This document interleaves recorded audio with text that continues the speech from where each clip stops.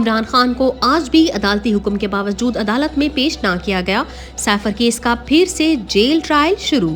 Chairman Tehreek Insaf و سابق وزیر اعظم عمران خان کی غیر قانونی قید کو آج 115 روز گزر چکے ہیں۔ ان 115 روز میں عمران خان کی صرف ایک ہی تصویر منظر عام پر آ سکی ہے۔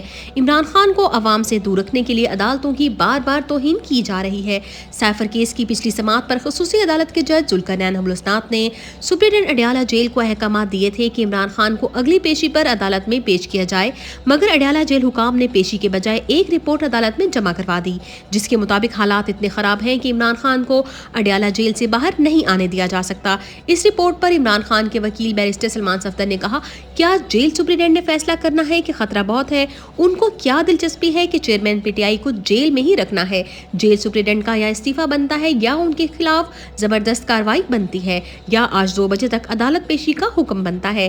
جج ذوالقرنین حمل نے دلائل سننے کے بعد فیصلہ جاری کیا کہ سیفر کیس کا دوبارہ سے جیل ٹرائل ہی شروع کیا جائے گا، مگر اس بار ٹرائل کے دوران میڈیا اور پبلک کو کیس سننے کی اجازت ہوگی۔ عمران خان کا خیبر پختونخوا کی غیور عوام کو خراج تحسین۔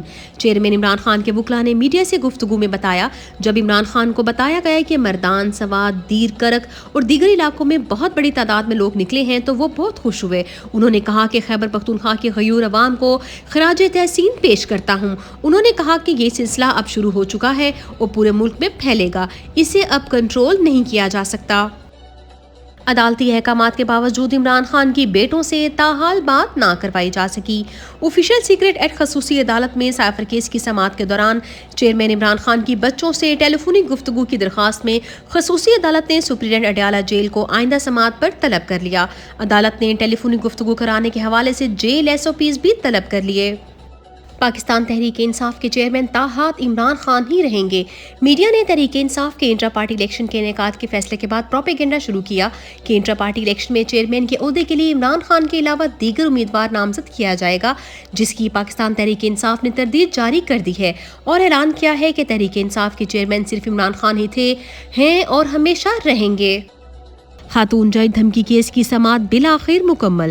چیئرمین عمران خان کے وکیل نعیم حیدر پنجوتھا نے اپنے ٹویٹ میں اپڈیٹ کیا کہ آج 2-4 اہم باتیں ہوئی ہیں کہ اس کیس میں نہ جج صاحبہ درخواست گزار تھی، نہ انہوں نے کبھی اس میں بیان ریکارڈ کروایا اور نہ وہ بطور گواہ پیش ہوئی، تو پھر یہ کیس کیسے چل رہا ہے؟ جس نے FIR کروائی اس کا کیا لینا دینا؟ فوراً اس کیس سے بری کیا جائے۔ عدالت اب پروسیکیوشن کو سن کر فیصلہ کرے گی۔ یاد رہے کہ اس کیس میں خان صاحب بار بار پیش ہوئے، وارنٹ بھی نکالے گئے اور اس سے پہلے بری درخواست پر پچھلی عدالت میں اس پر دلائل بھی دیے جا چکے ہیں اور وہاں بھی پروسیکیوشن نے اس کیس کو لٹکایا، بار بار سماعت کو ملتوی کروایا کیونکہ اس کیس میں جان ہی نہیں اور وہ کیس کو لٹکا کے رکھنا چاہتے تھے۔ اب عدالت سے استدعا کی ہے کہ اس درخواست پر فیصلہ دیا جائے اور خان کو بری کیا جائے کیونکہ یہ کیس آگے چلنے کے قابل ہی نہیں۔ عمران خان اور اہلیہ پر درج جعلی مقدمات کی سماعت مزید تاخیر کا شکار۔ ڈسٹرکٹ کورٹ میں چیئرمین عمران خان کے اوپر درج 6 جھوٹے مقدمات میں 12 دسمبر 2023 اگلی تاریخ طے ہوئی ہے، جبکہ جعلی رسیدوں والے جھوٹے کیس میں بھی بشرا بیگم کے کیس کی تاریخ بھی 12 دسمبر ہی طے پائی ہے۔ جعلی عدت کیس میں بھی جسٹس عامر فاروق کی عمران خان کے خلاف سہولت کاری۔ اپنی تاریخ کا ایک منفرد واقعہ یہ بھی ہے کہ عمران خان نے دوران عدت نکاح کیس قابل سماعت قرار دینے کے لیے سیشن عدالت کے فیصلے کے خلاف 12 اکتوبر کو اسلام آباد ہائی کورٹ میں درخواست دائر کی، جو چیف جسٹس عامر فاروق کی عدالت میں سماعت کے لیے مقرر ہوئی، لیکن اس پر 1.5 ماہ میں کوئی سماعت نہیں ہو سکی۔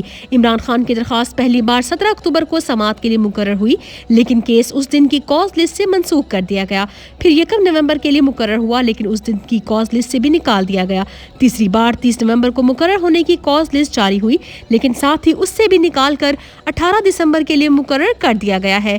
اب بظاہر یہ صورتحال نظر آ رہی ہے کہ محمد حنیف کی درخواست سول عدالت سے واپس لینے کی بنیاد پر عمران خان کی ہائی کورٹ میں زیر التوا درخواست غیر مؤثر ہو گئی، لیکن اگر وہ خاور مانیکا کی سول عدالت میں دائر درخواست قابل سماعت قرار دینے کا 2 دن پہلے کا فیصلہ چیلنج کرتے ہیں تو اس پر رجسٹرار آفس کا اعتراض آ جائے گا کہ آپ کی ایسے ہی درخواست تو پہلے ہی زیر التوا پڑی ہے، نئی کیسے دائر کر سکتے ہیں۔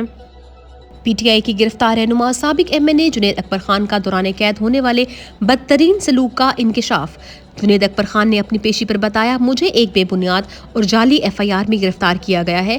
میرے ساتھ ایسا سلوک کیا جا رہا ہے جیسے میں سیاسی قیدی نہیں بلکہ کوئی دہشت گرد یا منشیات کا ڈیلر ہوں۔ نومبر کی سرد رات میں مجھے بغیر چادر اور بستر کے زمین پر سلایا گیا۔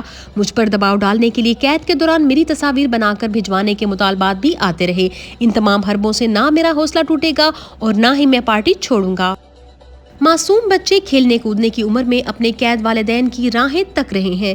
وکیل رہنما ایڈوکیٹ سلمان شاہد نے اپنے ٹویٹ میں بتایا، میسا آج پھر اپنی ماما روحینہ خان کو ملنے انسداد دہشت گردی کی عدالت آئی تھی۔ وہ 3 سال کی معصوم پری ہے۔ جس عمر میں بچے کی گیمز اور گڑیا لینے کی خواہش ہوتی ہے، وہاں یہ بیٹی صرف اپنی ماما کی جیل سے واپسی کی دعا کرتی ہے۔